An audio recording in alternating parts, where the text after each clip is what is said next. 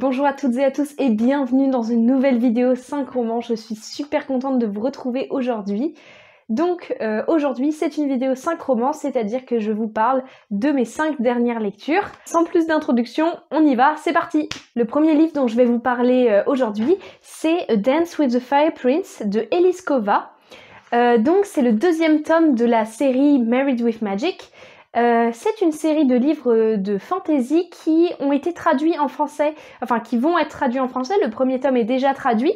Quand j'avais lu le premier tome, il n'avait pas encore été traduit en français, mais maintenant c'est chose faite. Donc vous pouvez aussi les lire en français si c'est difficile pour vous de lire en anglais ou si vous n'avez pas envie. Dans ce tome, on va suivre l'histoire de Katria qui va être mariée par sa famille. Il y a un mystérieux Lord Fenwood.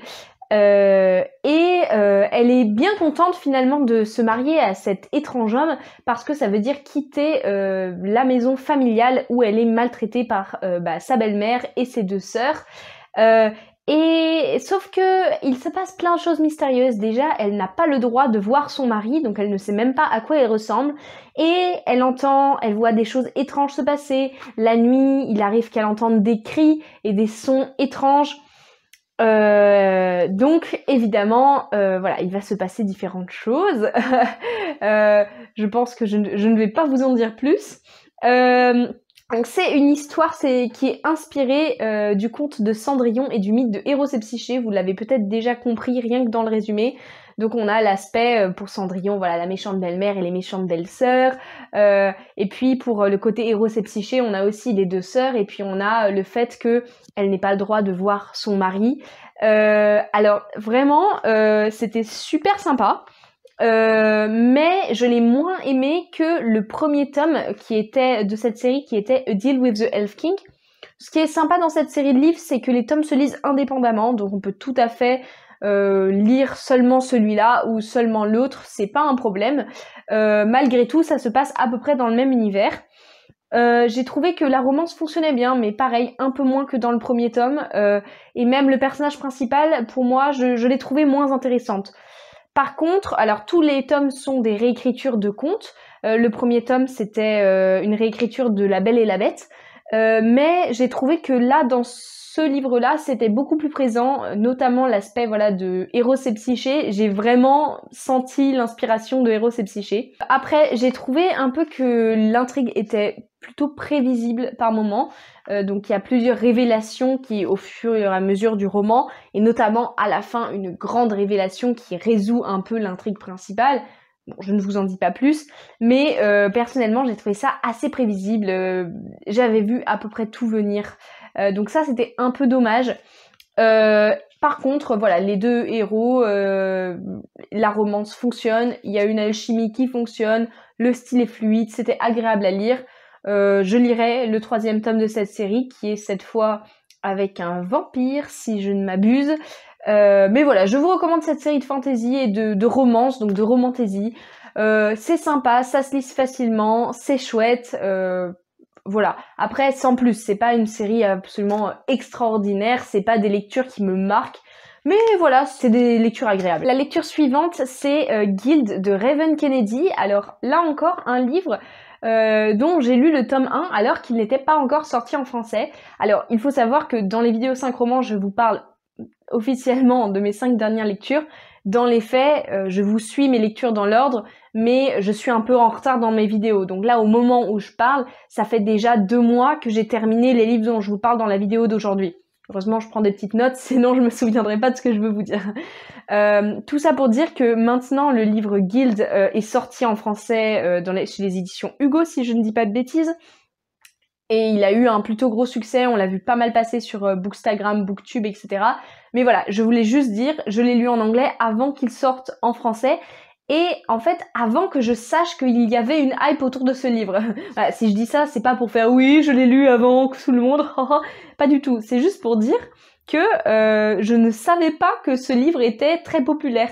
Et c'est uniquement une fois que je l'ai commencé à le voir passer sur le Bookstagram français que j'ai fait « ah ouais, mais ce livre a vachement de succès en fait !» Donc, avant qu'on commence à parler de ce livre, je mets un trigger warning. ce livre contient absolument tous les trigger warnings auxquels vous pouvez penser. Donc, viol, tentative de viol, harcèlement sexuel, violence, meurtre, syndrome de Stockholm. Tout ce à quoi vous pouvez penser, c'est dans ce livre. Donc, c'est un livre pour public averti. Voilà, juste que vous le sachiez. Je vais peut-être vous faire un petit résumé maintenant. On va suivre notre héroïne dans un monde dirigé par plusieurs royaumes et elle vit dans le royaume du roi Midas qui est le fameux roi comme dans la mythologie grecque. Tout ce qu'il touche se transforme en or et elle-même a été transformée en or par le roi Midas. Donc c'est une femme à la peau dorée, tout son corps est fait d'or et pour ça elle est très convoitée. Et parce que des personnes risquent d'en s'en prendre à elle, de vouloir l'avoir pour eux pour cette raison, elle est enfermée dans le palais, dans une cage dorée dont elle ne peut jamais sortir. Donc ça, c'est l'intrigue de ce livre. Alors, ce premier tome est vraiment assez introductif. Il ne se passe pas tant de choses que ça quand on y pense. Les premiers vrais grands événements arrivent seulement à la moitié, voire les 3/4 du roman. Donc je ne peux pas vous en parler sans trop vous en dévoiler. Voilà, mais c'était ultra addictif. Une écriture vraiment au taquet, il y avait toujours, ça coulait de source et c'était mais un vrai page turner. Je pouvais pas m'arrêter, je l'ai lu en une fois, une soirée, je pouvais pas m'arrêter, je voulais absolument savoir ce qui allait se passer. Autre chose, je vois ce livre souvent classé dans les romances, ce n'est pas une romance, mais alors il n'y a pas une goutte de romance dans ce tome-là. Alors je crois que dans les tomes suivants, il va y avoir une romance. C'est ce que j'ai entendu dire, en tout cas, je n'ai pas encore lu les tomes suivants. Mais pour l'instant, en tout cas dans ce tome 1, il n'y a pas de romance. Pour la simple bonne raison que tous les hommes sont horribles dans ce livre. Mais vraiment, tous les hommes sont des gros porcs, sont horribles, sont manipulateurs, sont pervers, sont horribles, tous les hommes. Petit bémol dans ma lecture, pareil, il y a une assez grosse révélation faite vers la fin du livre et je l'avais vue venir à 1000 km, donc j'étais un peu déçue. Mais à part ça, franchement une bonne lecture, assez intense, hein, faut s'accrocher. On a envie de secouer l'héroïne et de lui dire mais arrête, elle est folle amoureuse de l'homme qui l'enferme en fait et on est là, tu es en plein syndrome de Stockholm, casse-toi. J'ai vraiment hâte de lire la suite, je vais la lire c'est sûr. Par contre, je ne sais pas trop où me la procurer parce que j'avais lu le premier tome sur Kindle Unlimited que mon ami que vous connaissez, Les Pieds sur la Lune, m'avait très très gentiment passé ses codes et je profitais aussi de son abonnement Kindle. J'ai lu le premier tome ici, mais maintenant elle a résilié son abonnement et du coup je sais pas trop où est-ce que je vais lire le tome 2. Alors ce que je pense que je vais faire, c'est soit je vais attendre que la médiathèque le prenne quand le tome 2 aura été traduit en français et je vais continuer en français. D'habitude j'aime pas trop faire ça, commencer une série en anglais, la continuer en français ou inversement. Mais comme ça fait maintenant un certain temps que j'ai lu et que c'est pas trop rapproché, je pense que ça me gênera pas tant que ça. Donc soit je fais ça, soit l'occasion se présentera et je le lirai en anglais. Mais j'ai prévu de lire la suite un de ces jours, je sais pas encore quand, mais ça va venir. Mais voilà, un tome plutôt introductif, très intéressant. Et oui, je vous recommande, voilà, si vous n'êtes pas trop sensible à tous les sujets assez durs qui sont abordés, donc encore trigger warning, surtout trigger warning viol, il y a une scène en particulier qui est extrêmement explicite et qui est horrible à lire. Donc voilà, si vous êtes un peu sensible par rapport à ces sujets-là, c'est des sujets qui vous touchent, n'y allez pas. Mais sinon, c'est une série intéressante, je pense, donc à voir pour la suite. Alors ensuite, j'ai lu Les Mémoires par Lady Trent, le 3e tome, qui s'appelle Le Voyage du Basilic. C'est toujours écrit par Marie Brennan. En français, c'est publié aux éditions La Talente. Donc c'est une série de fantasy. Je vous ai déjà parlé des tomes 1 et 2 précédemment sur ma chaîne. C'est une série de fantasy où on va suivre Lady Trent, qui est une femme, donc une lady, de la haute société anglaise. Alors, c'est pas vraiment l'Angleterre parce que c'est un monde de fantasy, mais on sent que le monde dans lequel elle évolue est inspiré de l'Angleterre de la Régence. Et c'est une scientifique qui étudie les dragons. Et donc chaque tome relate une de ses aventures du cours de sa vie où elle a étudié les dragons. Dans ce 3e tome, Lady Trent a une trentaine d'années et elle part en voyage pour découvrir le basilic. Elle part en compagnie de ses compagnons d'aventure mais aussi de son fils. Franchement, j'adore cette série. En général, j'aime beaucoup le côté zoologiste, naturaliste, scientifique. Cette manière-là d'aborder les dragons, je trouve ça vraiment ultra intéressant et super chouette. Et c'est vraiment toujours un plaisir à lire et le monde est vraiment super bien décrit. Après, j'ai beaucoup aimé dans ce tome-là en particulier le fait qu'ils explorent des îles et ils y vont en bateau et tout cet aspect de la vie sur le bateau, du fait que comme ils sont sur des îles, ils sont entourés par la mer, donc ils peuvent pas forcément partir facilement et tout ça, ça apporte un aspect intéressant. Ce qui est intéressant aussi dans cette série, c'est que chaque tome se passe dans un endroit différent de ce monde, donc on découvre on découvre des personnages différents, on découvre des lieux différents, des cultures différentes et ça c'est super chouette. Une autre chose que j'aime beaucoup dans cette série, c'est que comme c'est écrit sous la forme de mémoire que cette Lady Trent aurait écrite à un âge canonique pour qu'on se souvienne de toutes ses aventures, comme c'est écrit sous cette forme-là, on a toujours des petites précisions sur le futur. Par exemple, elle va faire une action, elle va dire « Je ne savais pas alors que cette action entraînerait ma perte ». Et du coup, ça donne un petit côté piquant. Et parfois, elle donne des informations sur ce qui va se passer dans le futur lointain, donc dans les prochains tomes en fait. Et ça, je trouve ça super chouette. Pour le côté négatif, je dirais que ce tome a tendance à être un peu répétitif. Et que je trouve qu'on ne se concentre pas assez sur les personnages dans cette série. Ça veut dire que j'adore tout l'aspect dragon, zoologique, etc. comme je l'ai déjà dit.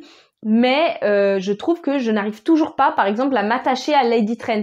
Et il n'y a aucun personnage auquel je suis particulièrement attachée. Et ça, au 3e tome, c'est quand même dommage.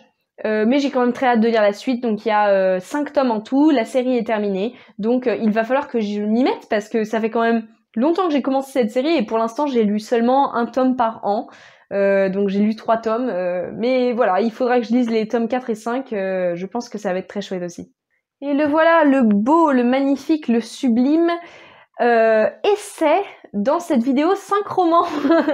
Ouais, il m'arrive parfois dans les vidéos 5 romans de parler d'un livre de non-fiction et c'est le cas aujourd'hui. Donc je vais vous parler du Patriarcat des objets de Rebecca Handler. Donc c'est un essai féministe qui parle justement, comme son titre l'indique, du patriarcat des objets. En fait, comment est-ce que le monde dans lequel on évolue, la société dans laquelle on évolue, matériellement n'est pas adaptée et n'est pas faite pour les femmes. Donc par exemple, elle va donner des exemples, donc elle va avoir différents chapitres où elle donne différents exemples. Pour les exemples les plus marquants, on a par exemple les médicaments. Les médicaments, souvent, on a une dose standard pour un adulte par exemple. Ce sont des doses qui sont calculées en fonction des corps des hommes, qui sont calculées en fonction de la morphologie d'un homme. Parce que l'homme est vu comme la norme. Et pareil pour les voitures, par exemple, les crash tests qu'il va y avoir, vous avez peut-être déjà vu de ces vidéos, vous savez, avec une voiture qui fonce dans un mur avec un mannequin dedans pour tester un peu la sécurité des voitures, etc.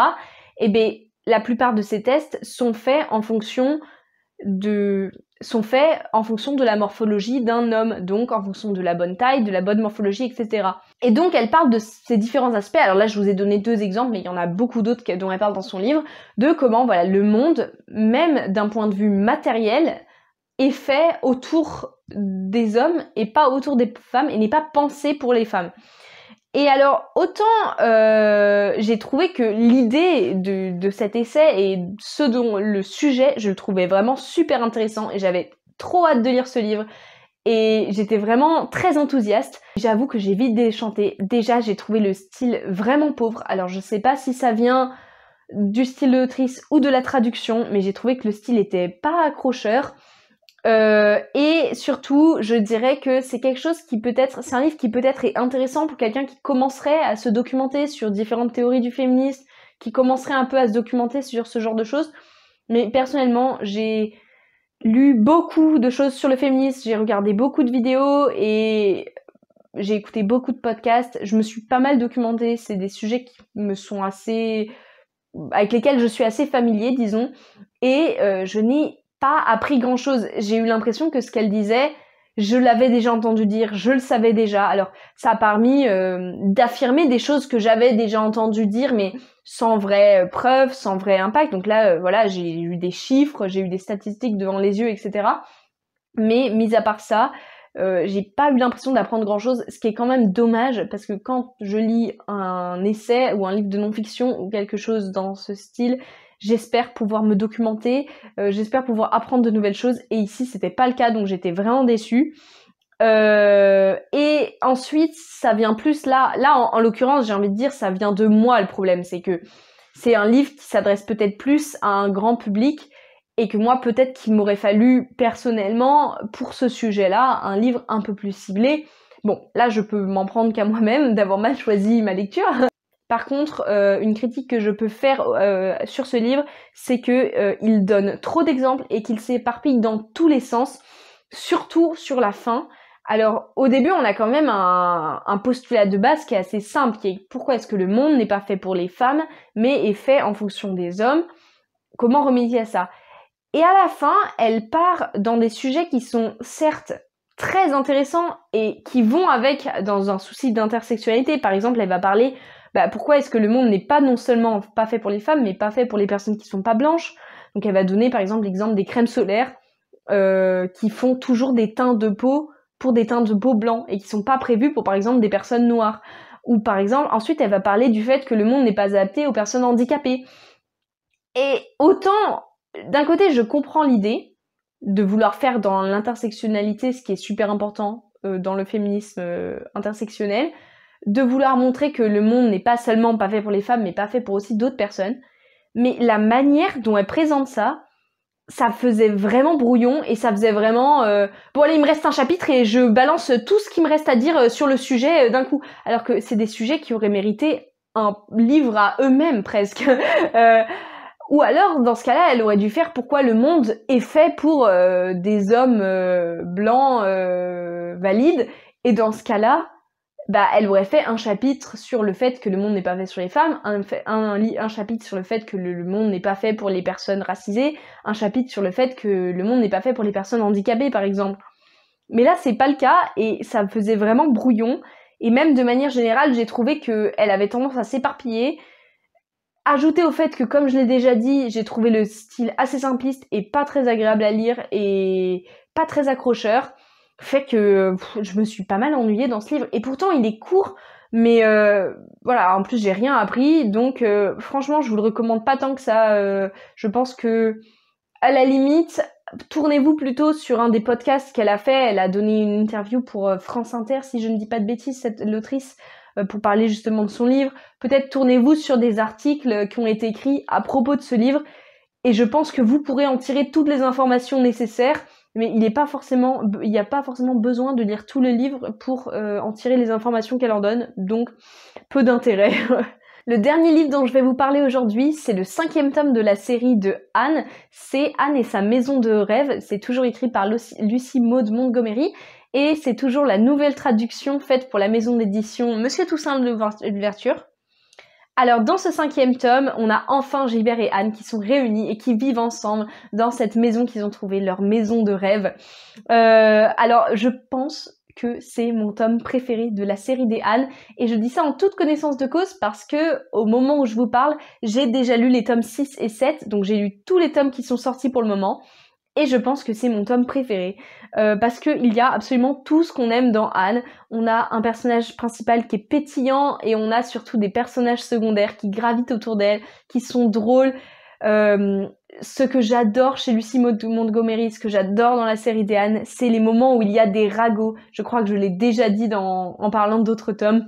Et là, on en regorge. On a des nouveaux personnages qui sont introduits, qui sont super. Donc on a notamment Mademoiselle Cornelia, qui est une vieille fille qui n'a pas sa langue dans sa poche. On a le Capitaine Jim, on a Leslie, qui est un personnage avec une histoire un peu gothique, dramatique.